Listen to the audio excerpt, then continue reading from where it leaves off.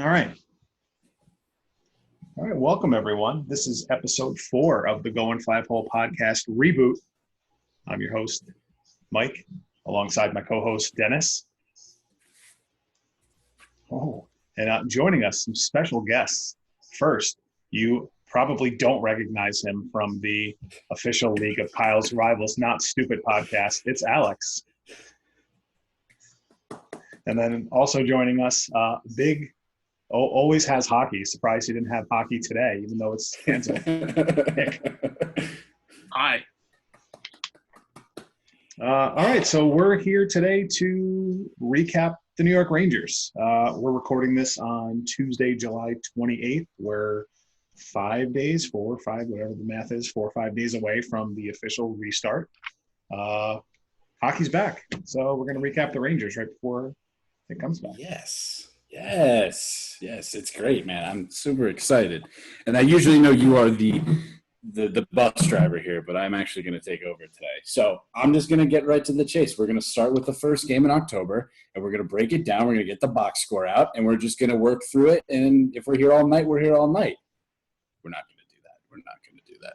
But what we are going to do is almost like a superlatives thing, because I can't sit here and remember half the season because it feels like it was years ago, and it may have actually been years ago.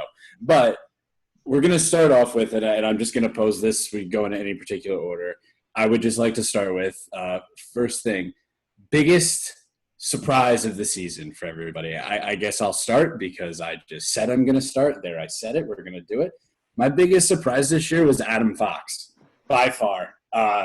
Adam Fox, I knew he was going to be good. He had been traded a couple times, so usually when you see that amongst a prospect, you're like, well, maybe that's not the best thing in the world. Maybe he's not going to be the greatest guy in the world, but he wound up being the Rangers' basic number one defenseman.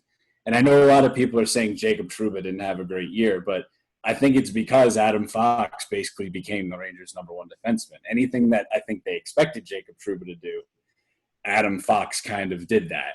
He essentially became the power play quarterback on the second line, and then he has Trouba there too. He got all the top matchups. What's that? What happened? Who's echoing? Yeah. I think it's gone now. Is it gone? Was that you, big boy? No, it wasn't me. That was whatever. It's just my booming voice. But yeah, Adam Fox I thought was the biggest surprise this year. I mean, for a rookie to step in and basically be the number one defenseman, I was shocked. I mean, and he just seems like he's only going to get better. I guess I'll pose the question to Nick because he's the guy directly below me right now. Who's the biggest surprise for you for the Rangers season this year? Biggest surprise for me was Lindgren, because we just talked about this. Don't act surprised. Because I wasn't expecting him to really be anything, and he came in and he stepped into a big role. He's pretty shut down in his own end. Didn't make the roster opening night. Wasn't on the roster. Exactly. So you're not really expecting too much of this guy, and he steps in and plays a real big role on the defense, which is not, we're not the best defensive team, but he stepped in and he played a huge role in the season, and I wasn't expecting that at all. Fox was a huge surprise for me too, but Lindgren kind of, for me, just came out of nowhere and really stepped in and did a great job. He's very good in his own end, and I mean, it's almost like that McDonough-Girardi type where one guy's the stay-at-home and the other guy has more of a two-way game. And I do think Adam Fox's success has a little bit to do with Ryan Lindgren, but I think Lindgren should have made the team out of camp. I think he did better than Hayek did, but I think they had more invested in Hayek, so they kind of tried him at first. But, yeah, all right. Now, Al, pose the same question to you. Biggest surprise? Well, we should have talked about this before because you stole my biggest surprise, Dennis. I stole your tackle. But I did have a backup just in case this happened. I thought there was a chance that this would happen. My biggest surprise, other than Adam Fox, is Anthony DeAngelo. Yeah.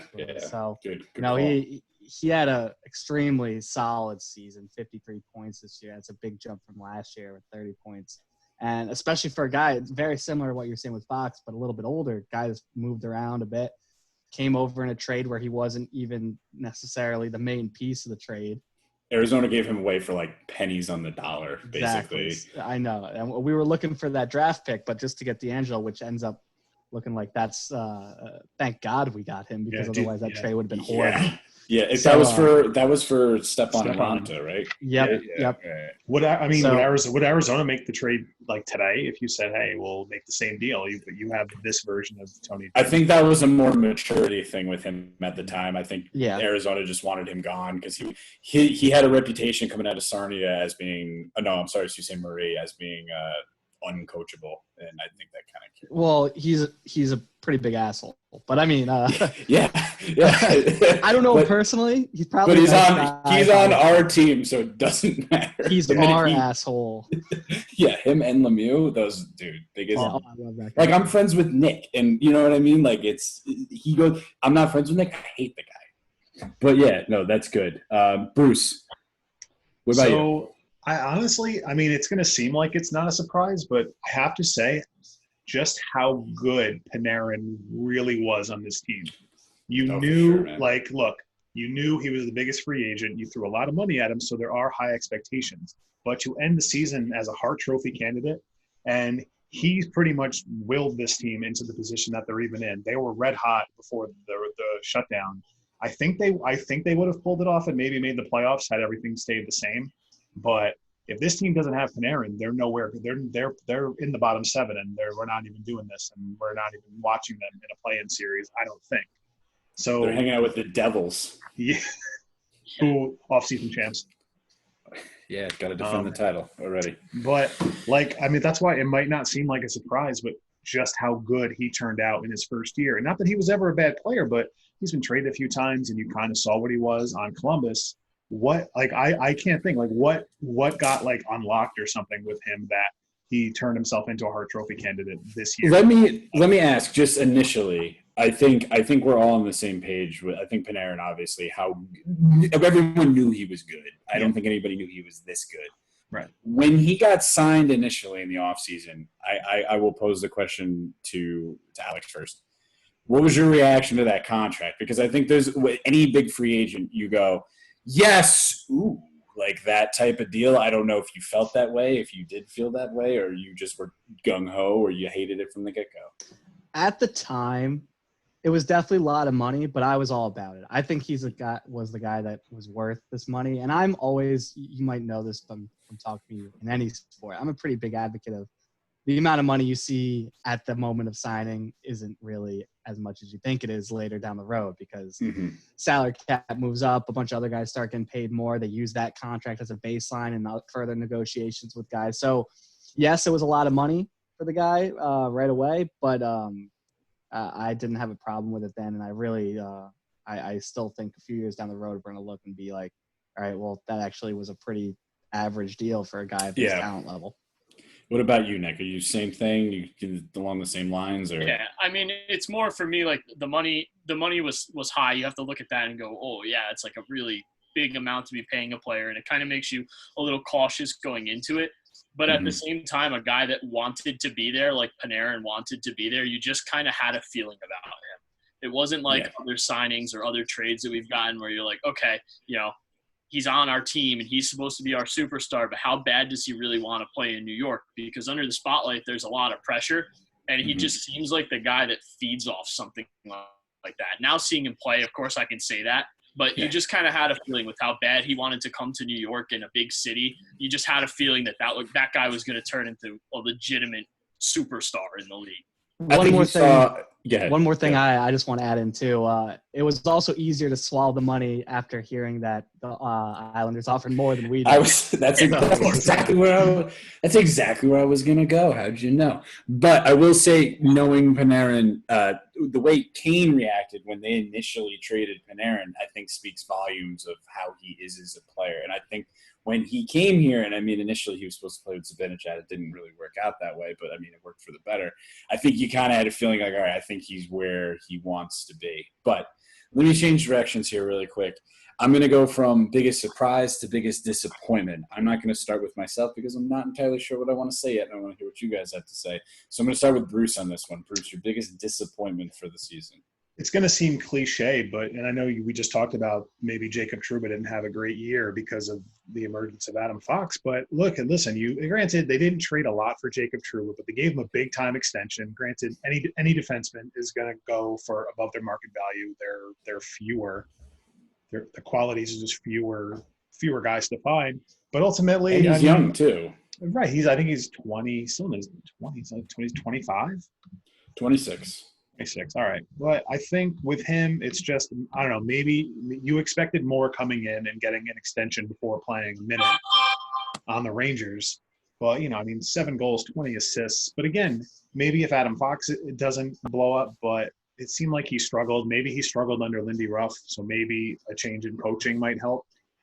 Mm-hmm. I mean, everybody struggled under Lindy Ruff, but I don't know. For me, it's realistically it's for his play, though, I will say this: for what they traded for him, with essentially giving back the pick that they got for Kevin Hayes and Neil Pionk for that, I think you take that every time. No, no, you definitely do. But I think it's more than the big contract extension adds the expectations, and I think for me, again, maybe it's a different story if there's no Adam Fox. Maybe he's forced to step into that number one D-man role. He doesn't have to now, but I think for the expectations of being a first pairing defenseman, I didn't see it all season long. Not that he was awful or bad. I think that's fair. I just think that's fair. He underperformed for his expectations. Yeah, I mean, you have a guy, and one thing that I like about him is he brings a little bit of toughness in the back end, which we would have been lacking without him. He had 173 hits this year, and he's got great hair. For a short team. Yeah, great hair, amazing hair. But I mean, you take plus minus with a grain of salt, but he's a minus 12 at the end of the day, and he's on the ice for 12 more goals against than he is for goals for. So as a defenseman, you kind of have to look at that stat and say, okay, this guy is not adding up to what we were expecting with him in our defensive end or adding to the offense as much as we were expecting. 27 points on the year and only 7 goals, 20 assists. Like, we were all expecting a little more than that from him. Right. However, I'm going to give him the benefit of the doubt going into the playoffs, and just the gritty way he plays, I think he's going to adapt well and be a key component in our playoffs. Who did, and maybe it's been that long, who did he really pair up with? I know at the beginning of the year he was with Hayek a lot, and I'm not entirely sure who he played. Was it Stahl? He was with Shea most of the year. Right. Yeah. Okay. You're right. And I mean, Brady Shea didn't have a great year. I mean, that could be a bit too. But listen, I think I wouldn't say he's bad in any. I think he didn't have a decent year, but I think it's also the situation as well. So I'm going to pose the question. I'm going to pose the question now to Nick. If you were going to say Trouba again, just give me another answer. So your biggest disappointment. Yeah, no, I wasn't gonna say Trouba, even though I was expecting better things of him. I'm gonna say Capo Caco, and that's purely because you watch these NHL big picks come out of the draft and just be superstars right away. And as Ranger fans, we were so hyped up for this pick, and we're like, we have the 2nd overall pick. This kid looked great.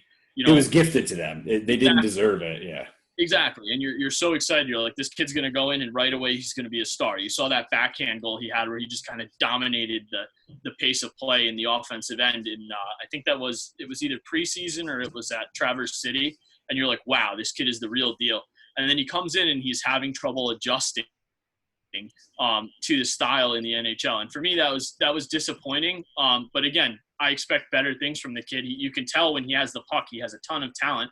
It's just going to be beefing up a little bit, coming back your sophomore year and knowing the pace of play, and getting used to living in a different country, because I don't know if that's anything he's ever done before or experienced before. Well, he was good in the World Championships, and he was good at the World Juniors. I think personally, yeah, it's disappointing because everything now is very instant. You want this prospect to pan out now. I mean, look at guys like Elias Pettersson. They just come in and they're great right away. But at the same, like Connor McDavid's a different beast, but similar to that. People forget that some guys take time. And I think this time off is going to benefit him very well, because you think about it. He went his season in Finland to World Juniors, to back to his season in Finland, to the World Championships, right to rookie camp in Traverse City. and then basically right into the season. And for an 18-year-old kid coming to a new country in the NHL, the greatest league in the world, that's a lot of hockey. You get burned out. And you could see flashes, but I think next year and then maybe even the year after is when you're going to see him take the next step. And although I think everybody, all the draft experts, all the scouts were like, this guy has no flaws. He's good. He's ready to go. And then he comes and you're like, oh, wait, he's humid. And human, not humid, but he's – It is humid, so I see why it's hot. That's one way. Yeah. But, all right. So do you think some of it could be chalked up? Because I know we were frustrated with David Quinn a lot earlier in the year, and maybe there was that pressure of, wow, if I make one mistake, I'm getting benched. So maybe he would go every shift and try too hard. And he's definitely tough on himself, that's for sure. You can see it. He definitely does. I think this year for the Rangers, it's a little more of an old school approach where they, instead of putting a guy like, I'm going to use Kirby Dach as like a reference here, they basically put him on this like the second line, third line, or like, here, there you go. At times he was on the fourth line, and I think they wanted to make him learn how to play in the league. And then next year, everything else, because the offense is there, the talent's there. It's just all the other stuff that comes along with it. Yeah, and you kind of look at like different rookies right now, and I'm pulling up like a prime example of freshman year just not having that great of a season and turning out to be this complete stud in the league. Tyler Seguin. Stamkos' rookie season, he had 46 points in 08-09. Now in 09-10, he had 95 points. So when you can tell the talent's there, it's very promising to see it. You see him with the puck and some of the moves he makes, and you're like, this guy has it. It's just a matter of him putting it together. But then again, you don't want him to turn into like was it Benoit Pouliot? Who was the guy who was a top 5 pick that we got later in it was Benoit Pouliot. He was, I believe, the fourth overall pick. And having him down in the lineup like that almost makes me feel like this could have been a little more of a building year for him, just because 23 points. You're like, I feel like now he's a third liner. Like, you don't want him to turn into a third liner and grab that identity and just hold on to it through the majority of his career. So it makes you a little nervous. But I mean, can you kind of hope maybe his development is like Andrei Svetnikov, where Carolina kind of eased him in his rookie season? I think that's a perfect maybe he was underwhelming in the first year. I mean, he only finished with 37 points in his rookie year, and he's a second overall pick as well. And now this season, we kind of saw what he was really able to do. So maybe if his development is similar in that, maybe we have something to look forward to as a blueprint. But not comparing, but it's kind of that's like my first thought. I think he'll be okay. I really do think he'll be okay. But I'm gonna now pose the question to Al. Biggest disappointment of the season in your mind? Well, if it wasn't Capo Caco, who's your backup? Well, actually, let me start off real quick. And I don't even think Capo Caco was that much of a disappointment. Sure, like I think it was more of a disappointment to expectations. Because that's fair. What we were hearing the whole time is like we got to the point where the draft, we had the number 2 pick, and Jack Hughes is going number 1. Everyone knows that for sure. But then everyone started being like, well, I think I'd rather have Capo Caco anyway because the guy's more NHL ready. And everyone was telling us NHL ready. So I think it was more just like to see the rookie struggles from a guy that you thought we wouldn't have to see that for. It was more that. He played against men. Yeah, but overall, I don't know. At least to me, it wasn't as big of a disappointment as it could have been, at least, Yes, agreed. So moving on to who I think was the biggest disappointment, I could pick and choose a bunch. You could pretty much say anybody other than a couple guys on the Rangers defensive unit was a disappointment this year. Oh, no. Yeah, so maybe the biggest disappointment was actually Lindy Ruff, but I'm not going to go with that. Talk about Rangers people here. Biggest disappointment for me would definitely be Elias Anderson, though. Just he was a disappointment last year too, but just the fact that to start off the season to have these personality issues and leaving the team and barely been able to get on the ice at any point too. It's just and we're not seeing anything from him. So it's like to get a guy, a 7th overall pick, and say what you want about the pick, whether you don't think he should have been picked there or not, even at the time. I know there were some of us that didn't like it at the time, but he still would have been an early first-round pick no matter what. So just the fact to see a guy show nothing. It's interesting with him because I think when you bring up the draft, and I was didn't want him. I wanted Casey Middlestad. And he's same situation. He can't the lineup. And I just think, let me ask you, in your opinion of him, I like the player. I still do. He never, when he was thrown into the lineup or whatever it may be, when he went to Hartford, he didn't produce. And is there a reason, do you think, or is it just not a good fit? Like, I don't know. Honestly, I think honestly, I think it's a mental thing personally. I think it's a giant mental block he has, because we saw how much fire he had in him when he's throwing the second place. I was going to say, he tossed this fucking silver medal into the crowd.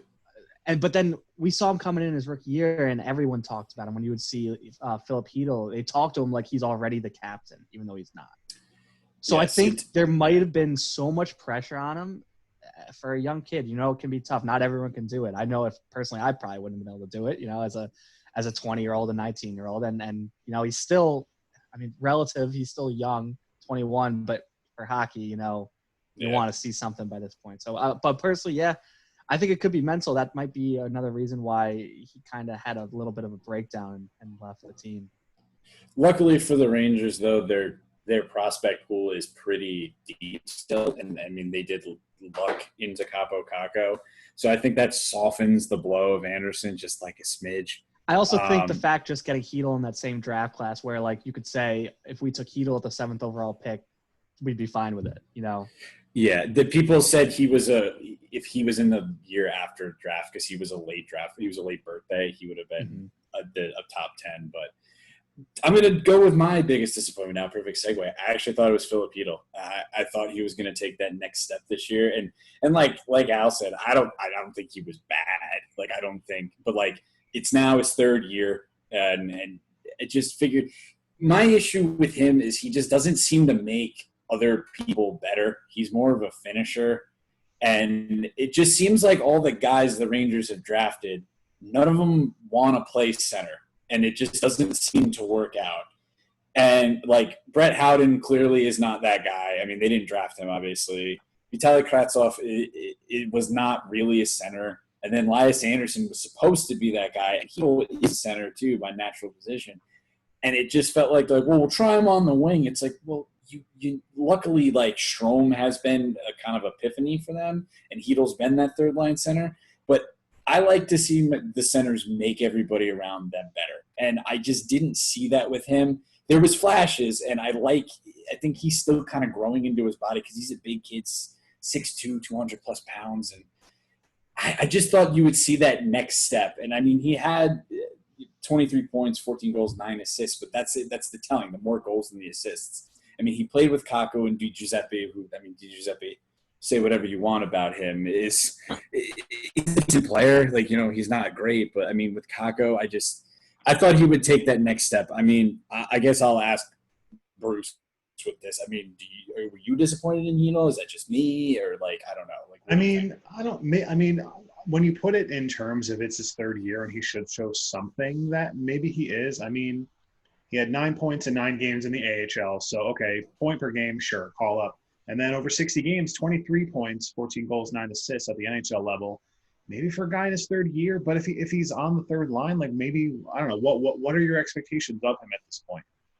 He's drafted to be a high-end. He's a 1st-round pick. He's a late 1st-round pick, albeit, but yeah. But he was supposed. I wanted him to be that. If Strome hadn't been what he is, he was supposed to be, or Anderson was supposed to be that 2nd-line center, and I don't think even I don't see it.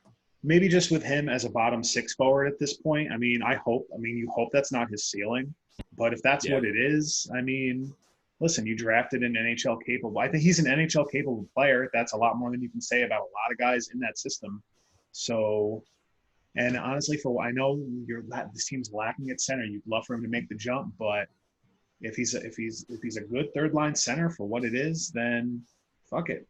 I say roll with it. 1st and 2nd-line center right now. We don't really need him as a 1st. Yeah, no. What I'm saying is had Strome not been this epiphany that he's been. Yeah.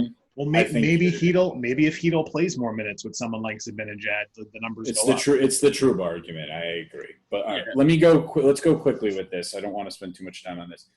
Unsung hero for the year. Just somebody you thought that did a really good job, kind of flew under the radar. And I know somebody's going to say what I think they're going to say initially. But it's like the Stephen A. McDonald Extra Effort Award. To you, who do you think? Just real quick, I'm going to go with Nick. Who do you think unsung hero for the year is? Unsung hero? I mean, it's talked about a lot in the Rangers community, but it's not getting enough credit throughout the NHL. Shesterkin went 10-2. Yeah. And kind of helped turn around our season. So, like, us as Ranger fans, every Ranger fan is going to say, oh, well, that's not an unsung hero of the season. But you have a young goalie step in and play the way that he played. I think he had a 9.34 save percentage. And how long did it take him to lose his first game? You idiot. It was a 9.32. Yeah. So he comes in and he almost turns around our season with just consecutively, he's getting a win, he's getting a win, he's getting a win, he's getting a win. You know, and that's kind of when we really started to get hot was when that man in and started playing like that. So for me, it's him. I don't, and it'll lead to another discussion we're gonna have a little later. But yeah, the kid's the young son hero of the season, and he's gonna end up being the future. You saw that he was the real deal in 12 games, and I don't need to see anymore. I know what he is. He's always going to be fair, in my opinion. Al, what about you? Quick. I'm going to stick with the same theme. I actually think the unsung hero is Alex Georgiev because without that guy, by the time Shesterkin came in, we would have been completely out of it. The only reason why we even had a chance was because Georgiev was putting up good numbers for a backup goalie, or at least a 50-50 split at some point because of how bad Hank was, especially when – I think it was now I don't remember my months, maybe January or just February, December, somewhere around there. Yeah, at a happier time in life. But just having this guy, just having this guy here, just as someone to fill in and just get us a win, possibly was good. Bruce, you kind of stole my Georgiev thunder there, but that's what happens when none of us when we don't prep. There's no show sheet, just like we prepped way more for this than we have for any podcast. Yes, way more prep.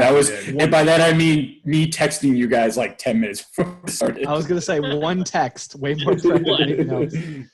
That just speaks volume about us. But I have one if you don't have one. I mean, honestly, can I say Jeff Gordon, because I feel like a lot of the moves he's made, man, are pretty underrated. Like he's fleeced a lot of teams, if to be fair. I mean, I'm assuming was that like the first move was make his Zibanejad? I mean, I don't want to say that was a Sather. I think that was a Sather move. That was Sather. I think that was 15. But to get guys like D'Angelo lucking into that second pick, he's taken this team from what should have been a long rebuild into yes. We might have an outside shot at winning the cup this year. If it all goes well, I mean, and maybe by the way, yeah, I was just gonna say it was. I just looked it up. Okay, and maybe you could honestly. I know Mika Zibanejad's not an unsung hero, but I feel like that's almost not talked about enough. It's mentioned that maybe he could be a Hart Trophy candidate over Panarin, but just take that trade. I know it's like 4 years later at this point, but Derek Brassard, and we upgraded our pick and got Mika Zibanejad, and the guy second round pick. And he had 41 goals and 34 assists in 57 games. That's with missing about 12 games due to injury. Most goals per game in the league. Like, I feel like, I know he's just that good. He's not exactly an under the radar player, but I feel like with Panarin being the Hart Trophy candidate, this isn't, and he was the hottest player in the league before the shutdown. And now that gives you the ability to spread out your two superstars on two different lines. Yep. Right, like you mentioned earlier, everyone better. Yeah, you mentioned earlier, Panarin and Zibanejad didn't work playing together, but look where it is now. You've got two amazing lines just by splitting those guys up. I will say for my unsung hero is somebody who just I don't think gets enough credit on this team. And I know Michael Haley. Mike. No, is Ryan. I really don't think this team is as good without Ryan Strome. You can say what you want. He's feasting off Panarin or whatever, but it speaks volumes if you can make somebody better or be better with somebody like Panarin, because it's not always easy to play with guys like that. I think that's a big misconception in the league. I think it's not incredibly tough to play with a guy like Sidney Crosby or like a Malkin or something like that.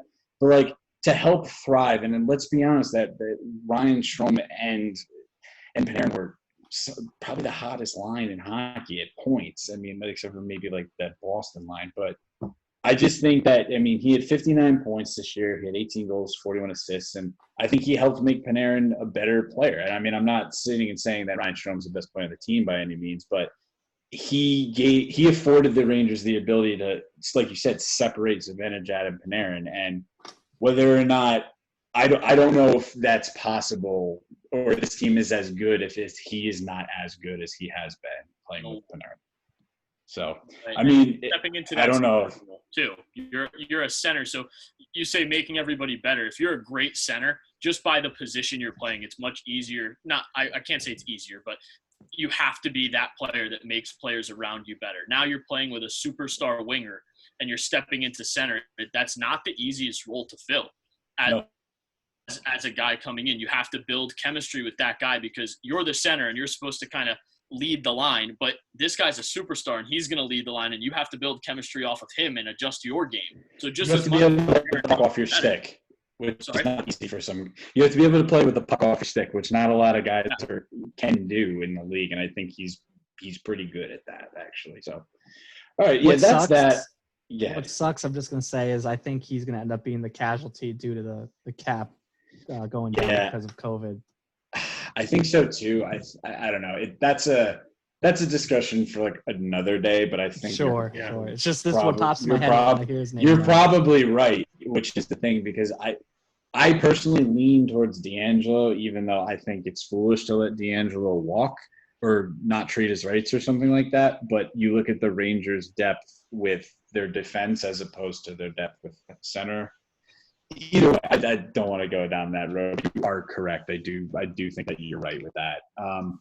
Just, I guess, real quick, nobody said Jesper Fast. Everybody usually thinks Jesper Fast for unsung hero, but nobody said that. Really quick, Rangers moves they made at the deadline. Did you like the Kreider signing? I'm going to go with Alex on this one because he was just talking. Did I like that? Sorry, I missed what you just asked. Did you? That transition was too smooth. The Kreider signing. Did you like the contract? Did you wish I had traded it? Like, honestly, this is another guy that I think that a couple years down the road will look at the money and the term of it and be like, you know what, that wasn't even that much money going towards a guy like that. And I know exactly that Nick agrees with me here, but Kreider is such an important part of this team. Like he doesn't put up the numbers that some people want, and I get that you might expect that for a guy of that physical stature and that draft capital and the hype he had coming up for years. But having a guy like that just be able to create space for other players on the ice, also having a guy like that to be able to basically be the de facto captain of the team. I mean, especially with Lundqvist now. I mean, I'm sure Lundqvist isn't happy about sitting, so I'm sure he's not as I don't know what happens in the locker room, but the energy is probably not 100% of what it was before for him. So have a guy like Kreider who can also speak Russian is a big deal for this team, and I like the signing, and I hope he becomes a future captain of the Rangers, because I know other people want Mika Zibanejad, but I think let Mika Zibanejad continue what he's doing without any additional pressure. That let Kreider take that on because he's the perfect. I was big on the Zibanejad captain, and then I actually think you're right with because we saw what happened with McDonough when he was the captain, and some guys just it's not for them, and I think that might be Zibanejad. Plus, knowing the Rangers, an American being a captain is more likely. Yeah, I agree too. But all right, let's go with Bruce here. The Brady Shea trade. I remember all of us, I think we were in the group text, were just raging. Well, at least I was raging mad, which is not a surprise to anybody. But that the Rangers didn't make any moves. And I think when they broke that Brady Shea trade went through for basically a first-round pick, and I didn't see that coming. And I don't know, did you agree with it? Did you like it? What were your thoughts? I want to comment on the Kreider signing. My logic with trading Kreider, it was less about the ability of the player, more about, okay, if this team doesn't think they're going to contend this year, He was the number one trade chip. And right, Kreider was the best asset available at the deadline. You look at what some of the other guys were getting traded for before the deadline was going to pass, and you're like, you got to team up against the ropes where they're like, shit, well, we need this guy. I think you could have gotten a lot of draft capital. You would have saved a ton of money going forward to re-sign the core guys you want to re-sign, like we discussed. Someone like Tony DeAngelo, you have had no issues. So they sign him. It's not the worst that they signed him, but what made it better was them trading Brady Shea and getting his contract off their books. It was not a full offset, but it makes it easier. It makes it easier to swallow when you can knock off whatever $5.5 million, whatever he was making.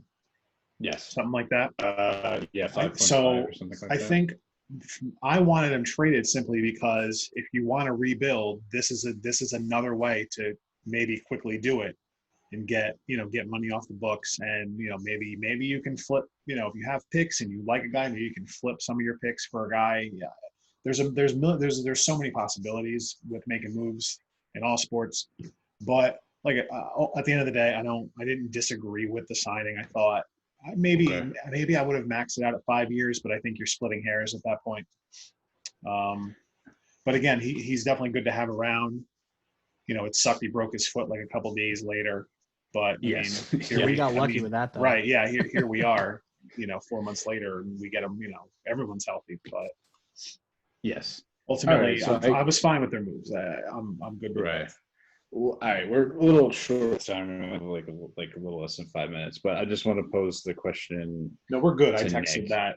No Zoom. Oh, we did? Okay, I only got a couple more things. So for Nick, the same thing with Kreider. Were you happy he was here?